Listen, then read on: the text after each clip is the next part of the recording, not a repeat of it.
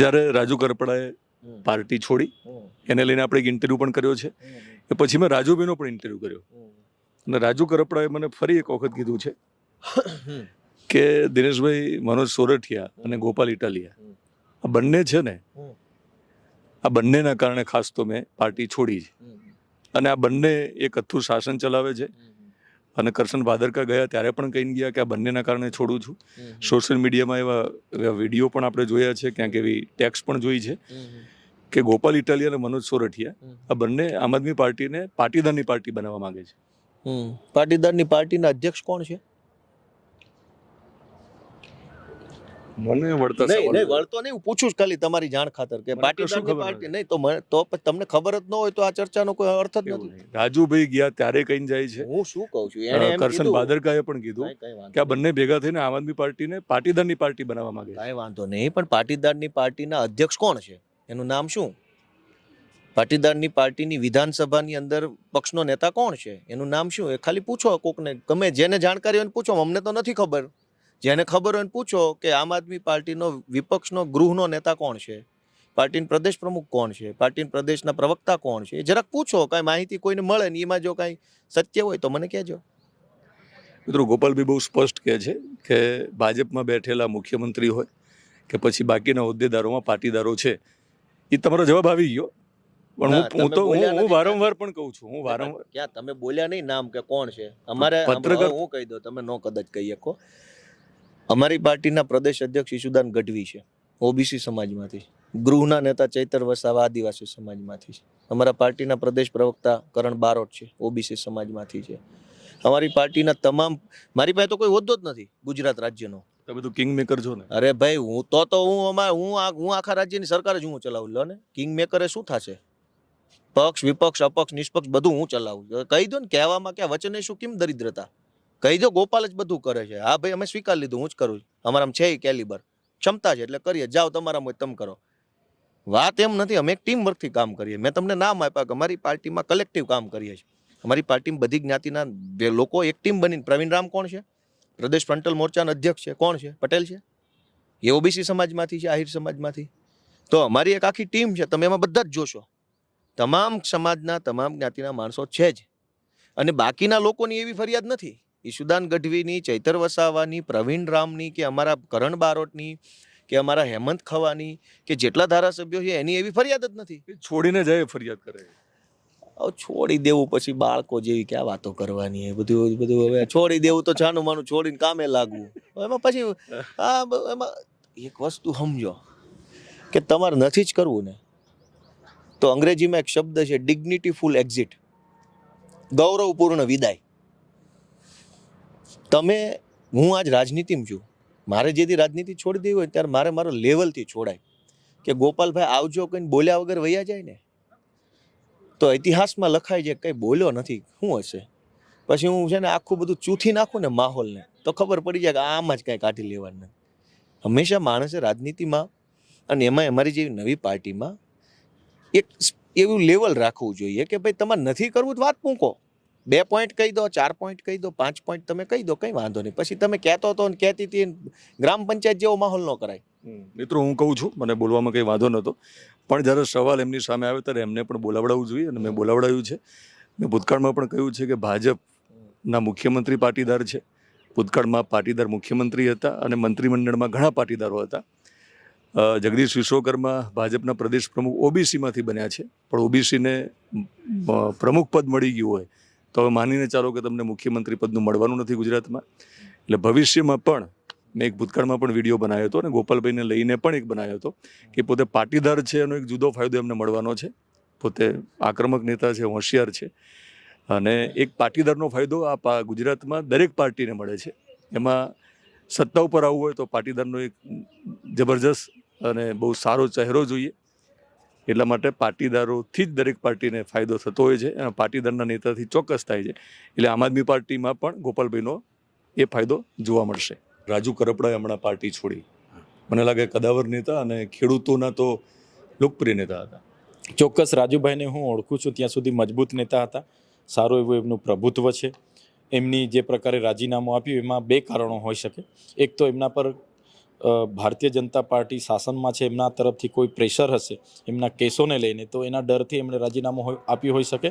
અને બીજું કારણ એમણે જે કીધું છે કે અમને આમ આદમી પાર્ટીના 2 નેતાઓ સાથે અણગમો હતો, તો એ એક કારણ હોઈ શકે. પણ કોઈના સાથે પણ અણગમો હોય તો પાર્ટીની એક શિસ્ત સમિતિ છે, એમાં કોઈ પણ રજૂઆત કરી શકે છે, એમાં બેઠક થાય પછી એનું નિરાકરણ આવે છે.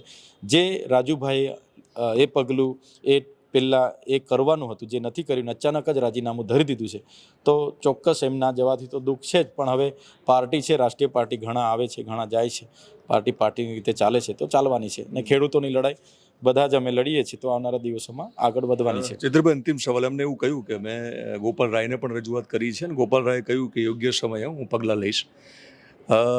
એ હોય કે કરશન ભાદરકા હોય, એમને જ્યારે પાર્ટી છોડીને ત્યારે એવું કીધું કે ગોપાલ ઇટાલિયા અને મનોજ સોરઠિયા આ બંને પાર્ટી ચલાવે છે, અને આગામી દિવસોમાં આ માત્ર અને માત્ર પાટીદારની પાર્ટી બનાવવા માગે છે.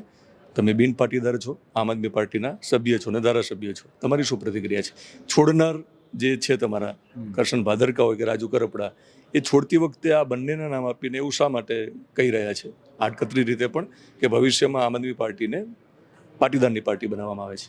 હું આમ આદમી પાર્ટીમાં છું અને આદિવાસી સમાજમાંથી આવું છું. મને ક્યારેય આવો અનુભવ થયો નથી. પણ જે પ્રકારની ઘટના આખી કડદા પ્રથાની ઘટી અને જેલમાં જવું પડ્યું, અને બાદમાં જે જેલમાંથી આવ્યા બાદ જે એમણે નિર્ણય લીધો, એ મને લાગે છે કે જેલમાં જે પ્રકારે ભૂતકાળમાં મારા અનુભવ કેમ છું, મને તો આખા પરિવાર સાથે જેલમાં લઈ જવામાં આવ્યા હતા. મારા ધર્મપત્ની, મારી બહેનો, એમના જમાઈઓ, આખો પીએ ભીએ બધું પરિવાર 90 દિવસ અમે પણ ત્યાં જેલમાં રહ્યા છે. ત્યારે શું પરિસ્થિતિ ત્યાં ઊભી થાય છે મને ખબર છે. એટલે ચોક્કસપણે રાજુભાઈ પર એ ટ્રીટમેન્ટ ભાજપ દ્વારા કરવામાં આવી છે, એટલા માટે જ રાજુભાઈ ડર્યા હશે, કેમ કે મારી સાથે પણ એ અનુભવ થયા છે. એટલે મને લાગે છે કે એટલા માટે જ ભાજપ છોડવાનો એમણે નિર્ણય લીધો છે. આવનારા દિવસોમાં રાજુભાઈ શું સ્ટેન્ડ લે છે એના પરથી એ ક્લિયર થઈ જવાનું છે. ત્યારે મારે કંઈ વિશેષ બોલવાનું રહેતું નથી.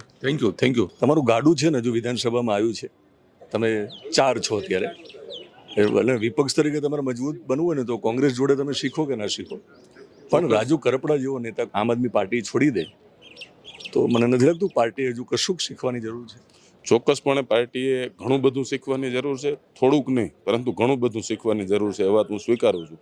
અને કોઈ પણ પાર્ટીની શરૂઆત હોય કે કોઈ પણ જૂની 125 વર્ષ જૂની પાર્ટી હોય તો પણ હંમેશા માણસને પોતાના જીવનમાં શીખતું જ રહેવું જોઈએ. આપણે વાત કરી રાજુભાઈની, રાજુભાઈ પાર્ટી છોડીને ગયા એનું દુઃખ સ્વાભાવિક પાર્ટીને પણ હોય, ગુજરાતના ખેડૂતોનું પણ દિલ દુભાણું છે.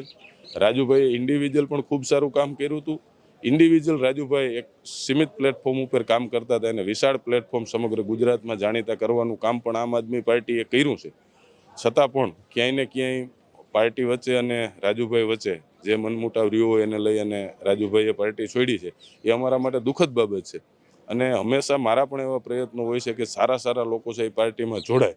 ત્યારે એક મજબૂત સાથી પાર્ટી છોડીને જાય તો દુઃખ થાય, પરંતુ આમ આદમી પાર્ટી છે એ દરેક કાર્યકરોને માન સન્માન મળે અને એમને યોગ્ય પ્લેટફોર્મ મળે એની હંમેશા ચિંતા કરતી હોય છે. છતાં પણ એવડા મોટા પરિવારમાં ક્યાંય આવી નાની મોટી ઘટનાઓ બનતી હોય છે જે ના બનવી જોઈએ, એ હું સહર્ષ સ્વીકારું છું. રાજુભાઈ પાર્ટી તો છોડી, પણ એક સ્ટેટમેન્ટ એવું પણ કર્યું ને જે ભૂતકાળમાં કરશન ભાદરકાએ પણ કર્યું હતું કે આમ આદમી પાર્ટી અમે એટલા માટે છોડીએ છીએ કે ગોપાલ ઇટાલિયા અને મનોજ સોરઠિયા આ બંનેનું જ આ પાર્ટીમાં ચાલે છે. અને હું એ વાત સાથે સહમત એટલા માટે થઈને દિનેશભાઈ નથી કે રાજુભાઈ કરપડા પણ આદરણીય અરવિંદજી સાથે ડાયરેક્ટ ફોનથી વાત કરી શકતા હતા. અમે બધાએ સાથે ખૂબ મિટિંગો કરી છે. રાજુભાઈ પણ એમના વિચારો ખૂબ મુક્ત મને વ્યક્ત કરતા જ હતા, પરંતુ ક્યાંક ને ક્યાંક મનોજભાઈ સોરઠિયા અને ગોપાલભાઈની જે વાત કરવામાં આવી છે, તો એ જૂના સાથીઓ છે, ક્યાંય એમના વર્તનથી એમનું દિલ દુભાણું હોય તો હું ના કહી શકું. પરંતુ જે વાત છે કે ફક્ત આ બંને નેતાઓનું ચાલે છે, એ વાત સાથે હું સહમત નથી. કે મને હજુ સુધી ચોક્કસ મને ક્યારેય કડવો અનુભવ થાય તો હું પણ કહીશ, પરંતુ હજુ સુધી મને ક્યાંય એવું દેખાણું નથી કે આ બંને નેતાઓએ કંઈ કામ કર્યું હોય. ઇવન મનોજભાઈ સોરઠિયા તો અમારા એવા સાથી છે કે જે છેલ્લા 12 વર્ષથી આમ આદમી પાર્ટીને મજબૂત કરવા માટે ખૂબ મજબૂતાઈથી કામ કરી રહ્યા છે. અને આમ આદમી પાર્ટીની માળા જો ગૂંથાયેલી હોય તો એની વચ્ચેનો ધાગો જો કોઈને કહી શકીએ કે ક્યાંય દેખાયા વિના સતત પાર્ટી માટે કામ કરવું, તો આજે જે આમ આદમી પાર્ટી અહીંયા છે એમાં હું બહુ સભાનતા સાથે કહું છું કે ગોપાલભાઈ ઇટાલિયા અને ઈસુદાનભાઈ ગઢવી કરતાં પણ હું મજબૂતાઈથી મનોજભાઈ સોરઠિયાનું યોગદાન ખૂબ વધુ છે. આ બંને નેતાઓનું પણ યોગદાન છે, પરંતુ જાહેરમાં આવ્યા વિના માત્ર પાર્ટીનું સતત વિચારવું એ કામ જો કોઈ કરતા હોય તો હું મનોજભાઈ સોરઠિયાને ખૂબ આદરભાવથી જોઉં છું અને ખૂબ સારું કામ કરી રહ્યા છે. પરંતુ એવડા મોટા કામમાં ક્યાંય ને ક્યાંય આવા નાના મોટા બનાવો બનતા હોય તો એ તો તમે આમ આદમી પાર્ટીમાં હોવ કે બીજી પાર્ટીમાં હોવ કે ક્યાંય પણ હોવ, તમારે આની સાથે સહજતાથી કામ કરતા શીખવું પડે. જો ના શીખીએ તો દરેક જગ્યાએ દરેક વ્યક્તિનું મનનું ધાર્યું થઈ શકતું નથી. રાજુ કરપડાના સ્ટેટમેન્ટનો એક અર્થ સોશિયલ મીડિયામાં ઘણા લોકો એવો પણ કાઢ્યો, કારણ કે આજકાલ તો મીડિયા સિવાય ઘણા લોકો બીજા પણ ક્રિએટિવ હોય છે. તમે કીધું કે મનોજ સોરઠિયા એક તમારી જે માળા છે ને, જે મણકાઓ છો તમે અલગ અલગ, એનો દોરો છે જે તમને પરોવીને રાખે છે. પણ રાજુ કરપડાના સ્ટેટમેન્ટનો એક અર્થ એવો નીકળ્યો કે ભાઈ આ દોરો જે છે ને એ દોરો પાટીદારોના જેટલા નહીં, કારણ કે ગોપાલભાઈ પાટીદાર છે ને મનોજભાઈ પોતે પાટીદાર છે, તો કે પાટીદારની પાર્ટી અથવા તો પર્ટિક્યુલર લેવા પટેલની પાર્ટી બની જશે એવું પણ કંઈક સોશિયલ મીડિયામાં લખાયું છે. ચૈતરભાઈ વસાવા આદિવાસી છે, હું આહિર તરીકે ઓબીસી સમાજમાંથી આવું છું. અમારા બીજા નેતાઓ અલગ અલગ જ્ઞાતિઓમાંથી આવે છે, એટલે આ વાત કેવી ઈસુદાનભાઈ ગઢવી છે, એ ગઢવી છે, ઓબીસીમાંથી આવે છે. ઘણા બધા નેતાઓ અલગ અલગ પાર્ટીઓમાંથી છે ને દરેકને પોતપોતાની રીતે, અમારા રાજુભાઈ બોરખતરિયા હોય, પ્રવીણભાઈ રામ હોય કે અન્ય લોકો હોય, તો તમામ લોકો છે આ પાર્ટીમાં કોઈ એક જ્ઞાતિથી પાર્ટીઓ ક્યારેય બનતી નથી અને કોઈ એક જ્ઞાતિની કોઈ પાર્ટી હોય નહીં. એટલે આ આક્ષેપ છે એ બિલકુલ પાયાવિહોણો છે, એમાં હું સહમત નથી. તો મિત્રો આ હતા હેમંત ખવા, અને એમને જે કંઈ અત્યારે રાજનીતિ ચાલી રહી છે, રાજનીતિના ભાગરૂપે જ્યારે વિધાનસભામાં આવવાનું થાય છે ત્યારે પ્રજા માટે પણ પ્રશ્નો ઉઠાવ્યા છે અને ઘણી બધી વાતો હજુ સત્ર દરમિયાન આપણે એમની સાથે મળીએ ત્યારે કરવાના છે.